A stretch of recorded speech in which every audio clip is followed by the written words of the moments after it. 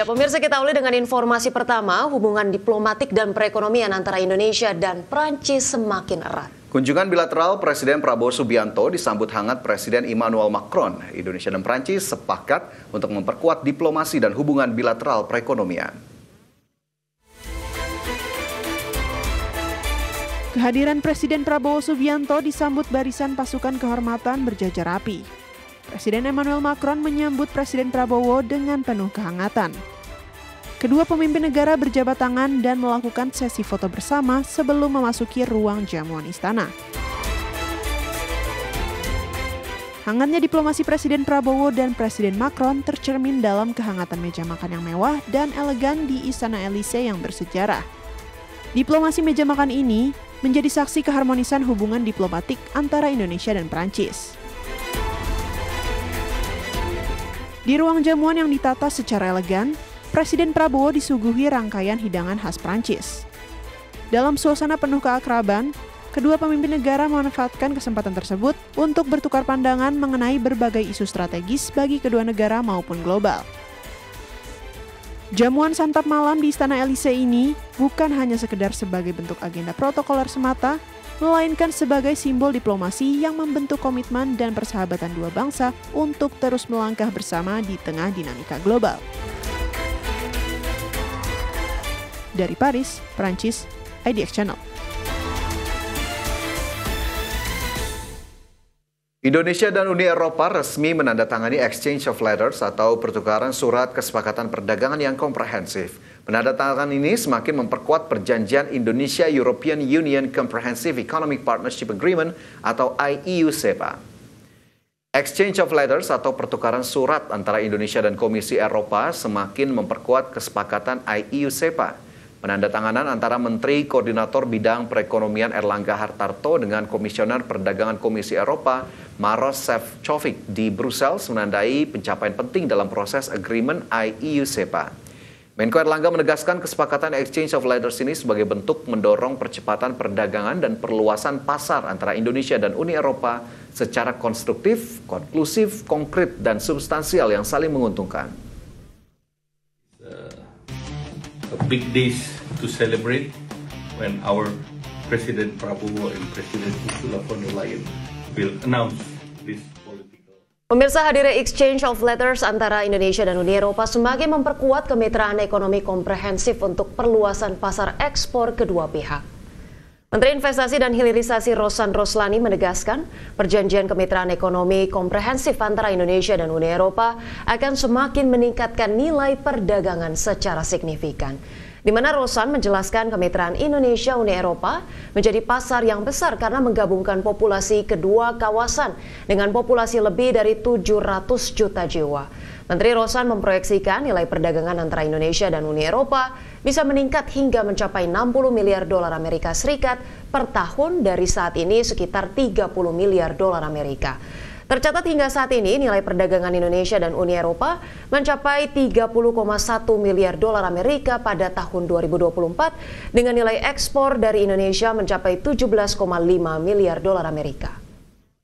SEPA atau European Indonesia Comprehensive Economic Partnership Agreement sudah disepakati semua poin-poinnya keseluruhan dan rencananya tadi sudah ada joint statement bersama dengan EU Commission juga dan rencananya tentunya ini bisa segera ditandatangani legalnya itu dalam waktu bulan September, kemudian diratifikasi paling lama ya pokoknya secepat sesegera mungkin. Jadi itu juga membuka akses pasar kita karena combining antara Indonesia dan European countries itu jumlahnya lebih dari 700 juta manusia. Jadi ini juga suatu hal yang sangat-sangat positif karena kita ketahui bersama baik trade maupun investment dengan negara European countries itu.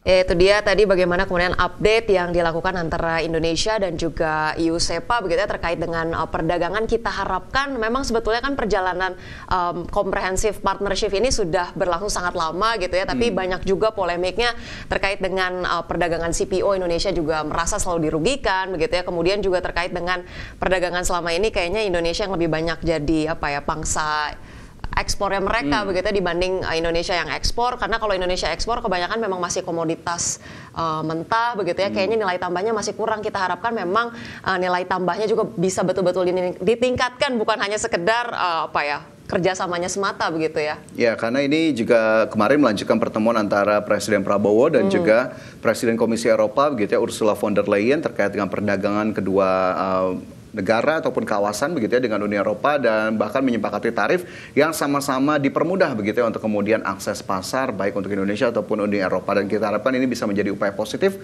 untuk terus meningkatkan perdagangan Indonesia dan Uni Eropa. Dan pemirsa, kita ke informasi berikutnya. Kamar Dagang dan Industri Indonesia resmi meluncurkan Kadin Global Engagement Office. Dengan kehadiran KGEO, Kadin akan terlibat secara aktif untuk mendampingi pemerintah dalam pertemuan internasional. Kamar Dagang dan Industri Indonesia resmi meluncurkan Kadin Global Engagement Office atau KGEO. Peluncuran platform strategis baru tersebut diluncurkan di Circle of the Interallied Union Paris dan dihadiri oleh sejumlah tokoh penting seperti CEO Danone, Antoine de Saint-Affrique, dan CEO Medef International, Philippe Gauthier.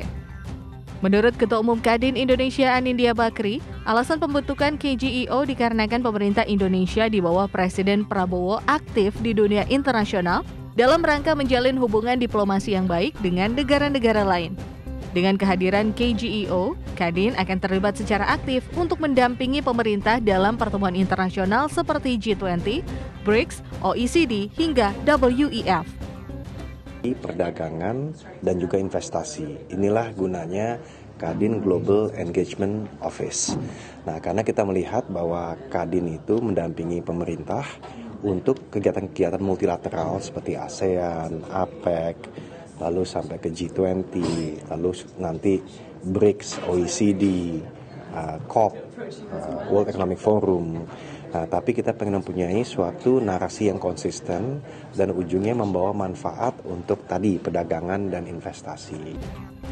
Kehadiran KGEO ini menjadi momentum yang tepat di tengah ketidakpastian global, terutama akibat kebijakan tarif resiprokal Amerika Serikat. Kadin bisa berperan lebih aktif untuk mendorong pengusaha untuk lebih banyak ekspor seperti ke Uni Eropa jelang diberlakukannya IUU CEPA. Dari Paris, Perancis, Masirom, IDX Channel. Pemirsa, realisasi penerimaan kepabeanan dan cukai mencapai 147,5 triliun rupiah.